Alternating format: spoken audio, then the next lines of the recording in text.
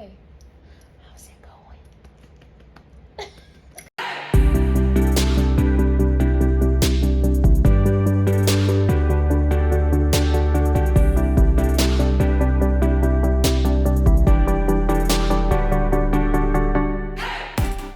Hey, hello, I'm JulieJo. Welcome to my channel.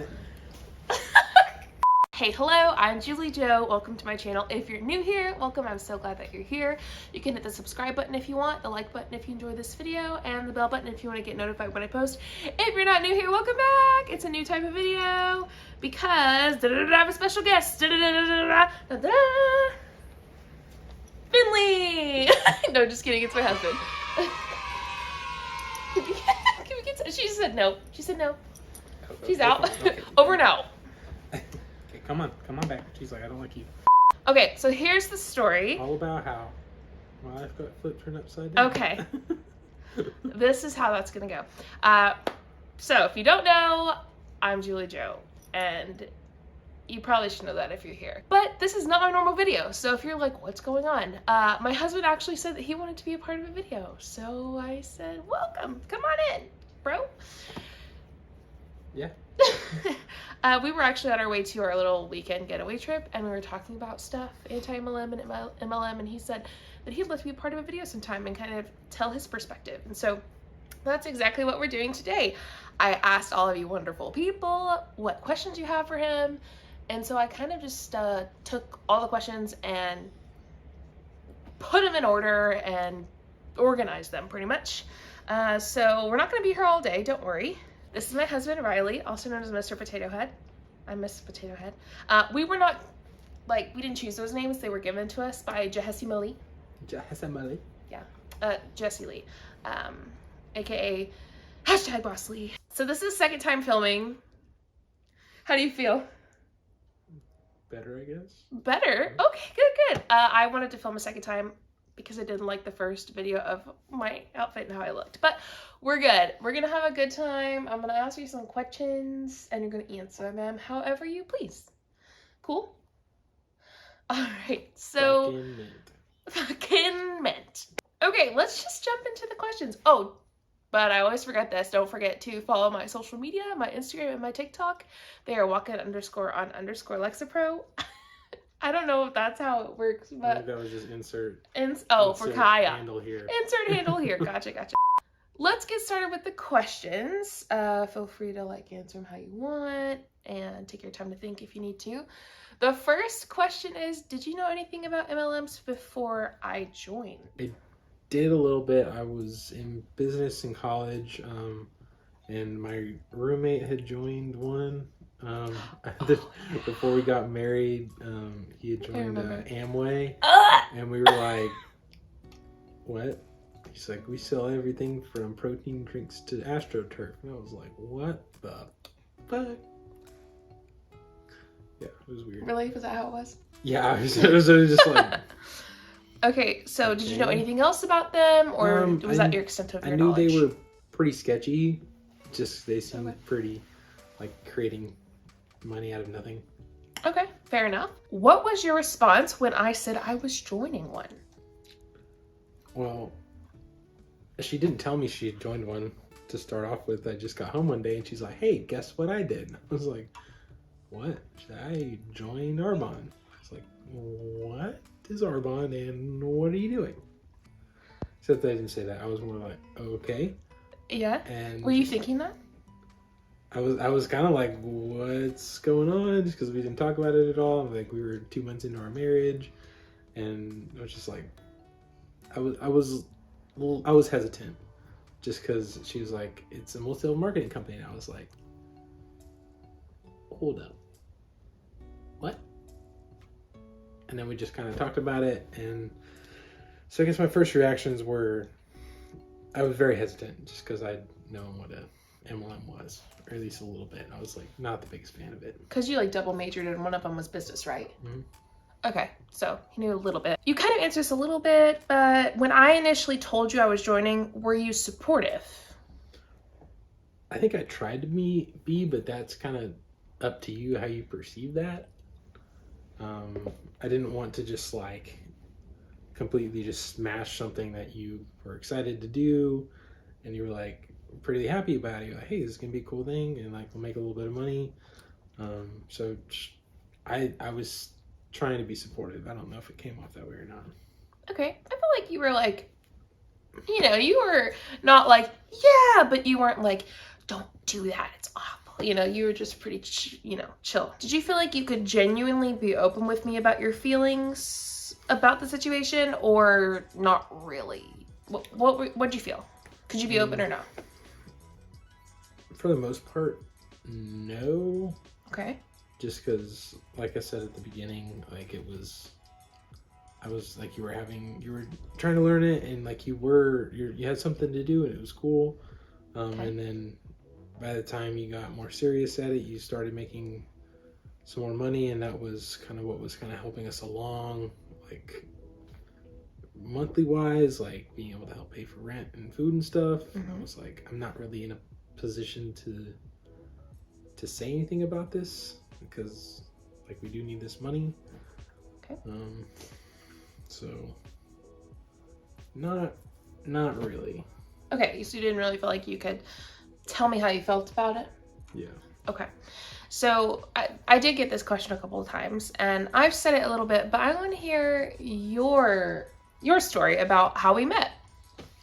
So the first time we, I guess, met is not even mating, but I was walking past our cafeteria, and we like made eye contact through our cafeteria window, and she was sitting with her roommate and one of my residents at the time, and we just like, I don't know, had that a click, I guess, but it was just something I remember, and I like remember looking at her, walking and like making eye contact, and then just like walking away, and it was it like our eyes met and we knew, or was it just do you have a crush, or were you just like, I think it was like we kind of caught each other's vibes. We did catch a vibe. Vibes weren't really a thing at that time, but no, but we caught a vibe. Yeah, like I remember too. Yeah. So campy what vibe, else? But, yeah, what else happened? And then we never really officially like met, like handshake. Here's I'm Riley. This is Julie. We just kind of knew of each other. We knew of each other a lot because we went to a really small school, and like we were both very involved in stuff. So like names get thrown around a lot and everything with it. So both involved in like our organizations, so like we did events together and stuff like that, and then we did a event together where we did bowling, and we ended up bowling together. What happened before then, though? Before then, it was like, this is like a year and a half before that. You're talking about, so I'm sure she told you that she like asked her friend that was my resident. I don't know, what did you ask him specifically? Just like, I want to talk to that guy. Like, you know, our eyes met, and it was just kind of like, whoa, you know, there was, I don't know whether it would be a good friend, or I just felt like we could get along. But I also thought you were very attractive. Thanks. Okay, keep going. So he asked me that, and I was like, I'm kind of talking to someone right now, and so I guess declined at that time. You did. Just because I was talking to somebody else at the time, but that obviously didn't end up working out. And then a year and a half later is when the bowling thing happened, and we ended up bowling together. And then the next day I sat next to her at the football game. Then we went to the soccer game, and then we went to a movie that night. And it was just like, all of a sudden we just started hanging out a lot. Yeah. Yeah. We did. And now we're married. Mm-hmm. So fast forward 3 years. Well, like more like 5, I guess, if you compare it to them. But 3 years of marriage, yeah, that's true. The next question, back on MLM, anti-MLM stuff. What red flags did you notice, if any, right off the bat after I joined MLM? I wouldn't necessarily say there was any specific red flags about your day-to-day activities, other than it being like labeled an MLM. Okay. I'm not sure why I did the quotation marks, because it is an MLM, but yeah, I wouldn't say there's really any red flags at the time. Looking back on it now, I see like there's those typical salesman tactics, and just like the way Now, sales Yeah. isn't bad. Yeah. Like, the tactics aren't necessarily bad. What Just, was a kind of red flag? the red flag was just like, I guess, who you were having to talk to, it being like you only had this kind of like circle of people you either knew or friends of friends. It wasn't like you just go out into the streets or go house to house trying to sell stuff like other places did. So just kind of like having to kind of pray, not necessarily pray, but really focus on these people that you knew and just kind of like hound them, I guess, until... When you say like house to house, what do you mean? Like, what's that about? Like, there are other like sales stuff for like back in the day, like people like, oh, sell vacuums, or like they would just literally just go walk house to house and be like, have you seen this product, blah blah blah, like the episode of Friends where the guy with the encyclopedias goes to meet Joey. So the red flag was, I guess, me having to ask my friends, and then just the people you were having to talk to about it. Okay, I'm trying to understand, but sales is different nowadays than the house to house. So are you just trying to say that my sales that I was trying to do was not how it normally should be, essentially? Like, because people don't go house to house anymore. They do like sales, buy a computer, when we go to the Best Buy, and they will, stuff like that. Yeah, but that's still like you're talking to strangers a lot. Okay, so that's what you're trying to say is strangers. Like, I wasn't just selling stuff, talking to strangers. I was specifically talking to people that I knew that were my friends. Yeah. Okay. And then even, I guess, what could be more seen as a red flag now is like the people that were like, hey, no, like, I'm not interested in this. And then you just gotta put that on hold and then come back to them a lot. It's like the whole no just means not right now thing. Yeah. That's fair. That's kind of like kind of weary of like, well, they said no, and I know I've been in the situation where people are like being sold that, not necessarily by someone in an MLM, but just in general, of like, oh, I hate that feeling of being sold, and then I would hate it even more if they came back to me later on and were like, hey, I know you said no earlier. Okay. What red flags did you notice after I was in it for a while? Do you feel like that was it? Yeah, it was definitely after. Okay, so you answered the first and second question. Yeah, so I could see it from a different perspective now and be like, okay, that's all checks a lot of those boxes. So it's just how it was selling. Were there any other red flags? The constantly working all the time. Yeah, I would. Yeah. Okay, fair. Yeah, I feel like I was working all the time, huh? Yeah, pretty much. What were his thoughts when I said I was joining an MLM versus when I said I was getting out? So we kind of know your thoughts when I was joining, right? So what were your thoughts when I was getting out? Like, what was that situation and your thoughts? She didn't really tell me when she was leaving, I guess. It was kind of like she'd stopped working and she was able to pick up that income a different way, doing the online teaching stuff, which is a cool thing.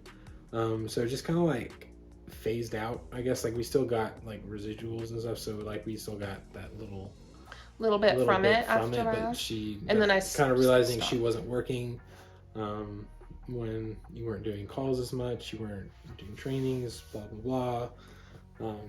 We just kind of didn't feel like we should continue to get the money if I wasn't working. Huh? Yeah, so you just kind of like I just didn't stopped it. yeah, I just left it in the, I guess, Arbonne bank essentially, and I didn't ever take it. I wouldn't say necessarily when she actually like came out and told me that I had like this big old reaction, like what, like or heck yes, like it already, the feelings have already kind of come to fruition in just the situation that had evolved from it. So yeah, there wasn't a like, hey, I'm leaving, woo, high five. Yeah, it was, you're right. Okay, what was your thought about my TikTok that went viral, kind of telling a little bit about it? Oh, at the time I was like, oh cool, it's a little like kind of viral, and then it evolved into this, and I was like, whoa, it's getting a lot of traction. And I was like able to, I guess, from being able to support you now versus having to support you in an MLM, I can take a lot more pride in like what you're doing now, because you're helping people and you're like you're still doing a lot of work towards it, and it's about just giving the information rather than trying to sell somebody on something. Yeah, awesome. Well, this next one is a little long. I'm gonna read the whole thing. If this is too personal, then don't answer, but I'm curious as to how you viewed my personality and mental health before, during, and after. Did it change for better, for worse? Personality and mental health. So right when she got in the MLM, like in it, was nothing changed like dramatically, like right away, just because other stuff had prompted mental health stuff to kind of come to the forefront before that had anyways. Like we just got married and a bunch of stuff had happened from wedding planning. Like wedding planning is always a big hassle, and we did it in like 5 months, so it was kind of crazy.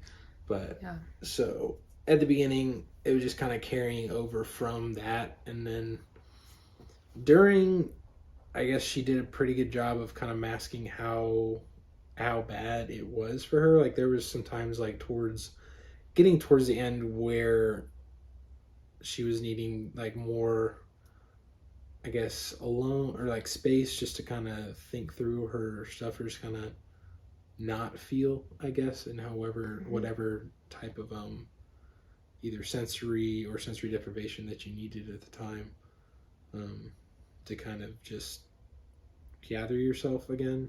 Yeah, it's hard to explain, like. Yeah, and it's different for everybody, so it's not like I was like, oh, she's feeling sad, and I could see that. It's more than just that. But it wasn't until after she left where it's kind of like just taking the lid off the teapot or whatever. It's like you were kind of masking and the it. Steam. Yeah, just like there wasn't anything to hold it back. Like you weren't having to hide it for anyone, and it just kind of came out, and that was.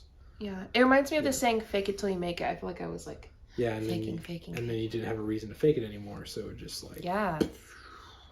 Now, what you want to explain a little bit about the explosion or like the steam from the teapot, as we kind of said.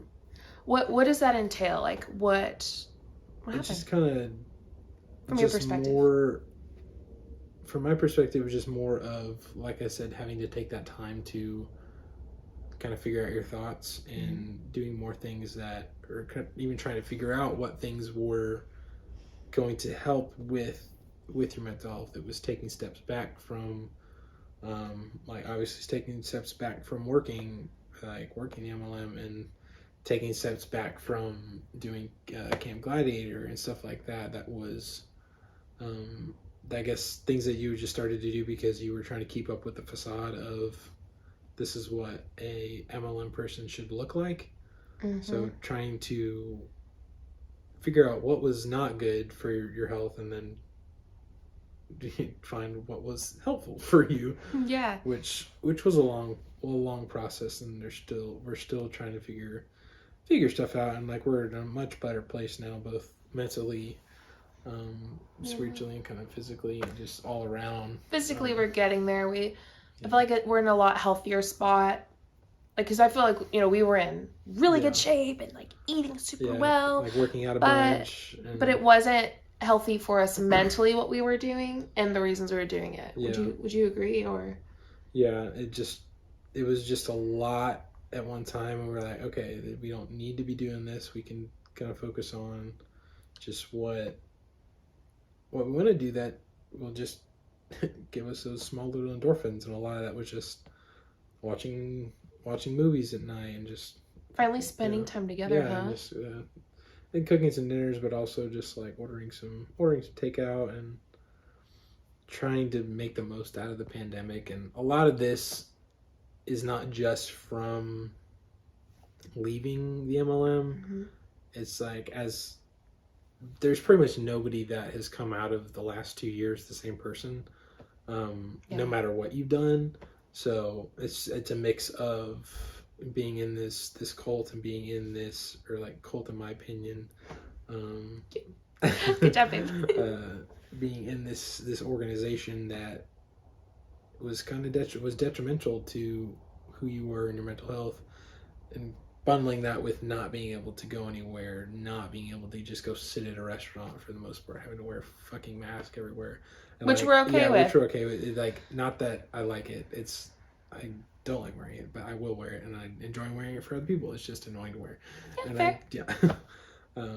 But like, we weren't able to go to the gym regularly, and that was a big thing for us too. Like, even we did enjoy that. That was yeah, and not like to go just like, okay, we're gonna go work out, just do blah blah blah blah and go really fast. It was just a cool little.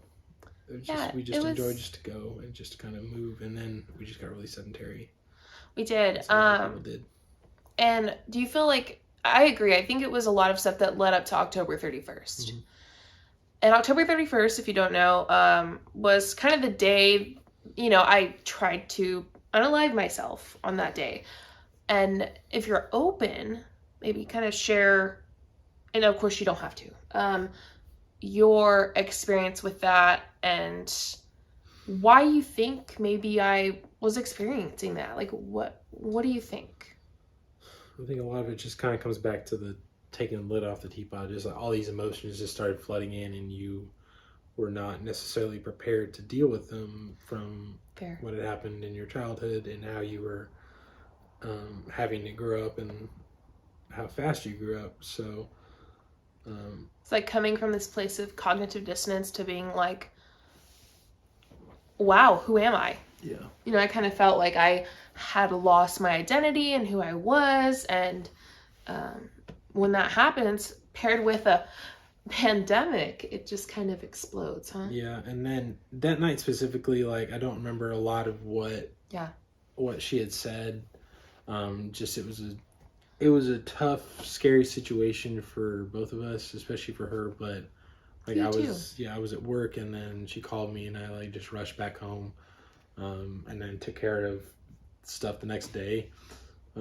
Luckily, I was able to do that, and I know not a lot of partners are, and that can be bad in that situation. But luckily, I was able to. But I was trying to kind of figure out what was going on, how I can help, and it really wasn't anything that I could specifically fix in that moment. And that's a lot of what we've worked on too, is like, I'm a problem solver, and I can't solve her problems for her. So that's not the support that I give anymore. I mean, I'll do my best like when she does need it, but a lot of times it's just kind of understanding what she needs in the moment, and not, hey, if you just did this, or if you just thought this way. Well, it was learning for both of us. I think it was a lot. The next question, how has JulieJo changed since being in the MLM versus being anti-MLM?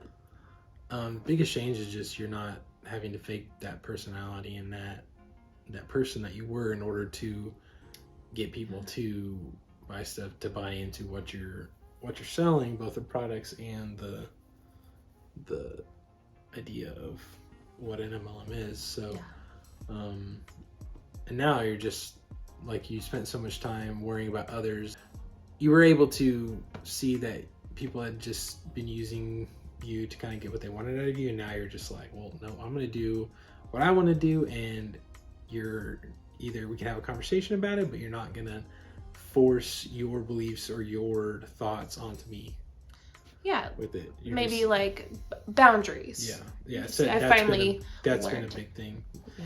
Be able to set up boundaries in kind of every aspect, both with family members, with me, with work, school, anything, and that's I think it's good for everyone to learn that anyways. Did you ever see any of the manipulative tactics used and bring it up to me? Not in the moment of it. Kind of like the red flags thing. There wasn't anything in the exact moment I was like, hey, that's kind of not good. It wasn't until looking back on it like, oh, that's kind of weird the way that this was run, or like what you had to do in order to do it. Like I said, like talking to certain, like the same people over and over, and having to work all the time. Do you feel like you didn't see like a lot of manipulation tactics, at least maybe on purpose? Like, What do you? Yeah, there wasn't any point where I thought she was like, oh man, I'm gonna get this person to just give me a bunch of money. Okay. I like that. That's good. You were, from my perspective at least, because I kind of bought into it as well, like you were trying to be genuine and like really help these people. At least that's what you believed at the time. Like I don't think there wasn't any maliciousness in it. It was just an education in it. I was uneducated. Yeah. So, how was your free time with JulieJo when she was in her MLM versus now? What free time? Okay. Yeah. Well, as someone who's been in MLM, like you would know, like there's really not much free time. You're always trying to talk to somebody, whether it's on their schedule or just a bunch of people. You're training, you're on calls, you're saying, okay, I can talk to you this hour. Like you don't have specific like office hours or scheduled hours, so you're just kind of doing it when is good for your customer or you, I guess. And my schedule was also very weird. Like I was either working at Pizza Hut, like working nights because that's when I made the moolah, or working as the personal trainer, and I would get up at 3 a.m. in the morning and go back to bed at 7 and then get up at 11 and then take a nap at 2 and then go to bed at 9. It was just very, like the first year and a half, even to now, or up until recently, our time scheduling has been very not normal. So and now it's nice. Like now I feel like we spend some good time. Do you feel like we spend a lot more time together now and can do stuff together? Yeah, we're with each other like all the time. There's not much except for when I'm at work and stuff. It's like we do pretty much everything together, which is good now because we can still like have our rejuvenation time. Like I just kind of like to just sit and watch TV, and I think about a lot of stuff during the day, so I just like to unwind and not think. She's there with me doing her thing and not upstairs or any other room having to do a meeting or jumping on a call to help someone in her downline. So it's a little bit more structured, and even if she does have to go get on the laptop, she's like right there. So being in this same vicinity helps. True. Did you notice any changes in her towards the end of her being in the MLM? Like your attitude for things, or that's what they asked. Did you notice changes in her towards the end of her being in the MLM? Maybe not specifically at the end of when you stopped because I didn't know, but fair. as you started to just take a step back, you got more and more open, I guess, and like wanting to do things and not having to go, I know I need to stay here because I got a call then. So you're just more available, I guess. Yeah. Okay, so we're almost done with the questions, but what happened when I told you I was stopping? At that point, she'd already been done for months, so it's just kind of like we'd already gotten into that lifestyle of not having to do it. It wasn't like it was just like me saying, hey, officially I'm like not. It wasn't like, oh, I built up this team and I'm just gonna quit the next day. It was just phase out, and we'd already like I said earlier, like she'd already had that other source of income, so it wasn't like contingent on what you were getting from them. Like I wasn't able to say anything because we needed that money, and now you weren't even in it, and we did need the money, so we just didn't really talk about it. Okay. But there wasn't like a yes, you're getting out high five moment. Now I can high five. Yeah, that was a terrible high five. There you go. That was good. Scared Iris. Oh, I'm so sorry, sweetie. We scared our Come dog. here. Come sit here. Come here, Iris. You might have answered this a little bit. Let me know if you feel like you answered it completely or if you want to add more to it. What are the differences now that I'm out? What differences do you notice? I think I answered a lot of that, but and if you feel good, great. If you want to add more. I think the biggest thing is just putting that focus on, rather than your job or school, it's the focus for you is on your mental health. And taking days where it's really just like, I just need to not do much. Just play Animal Crossing. Take a couple baths, and just kind of do what you need to do and not have to suffer through it because you need to make money. What do you think of me being anti-MLM and being a public figure? I think it's fucking cool. I had no idea this was gonna get to this level just from that one little TikTok, and never in my life did I think that it would be like a YouTube star type of moment, or just like growing YouTube. Not a star, but you're sweet. But it's just crazy in that like it's all happened in, I guess it's been almost a year. It's been like 10-ish months. Mm-hmm. So it's just, things changed really quickly. It's wild. Yeah. Like, I think within 3 weeks I was monetized on YouTube, and we were like, yeah, like, what? Like, of course, money was never our intention. We just I just kept talking. Yeah. People kept asking questions, and I just kept answering. Yeah.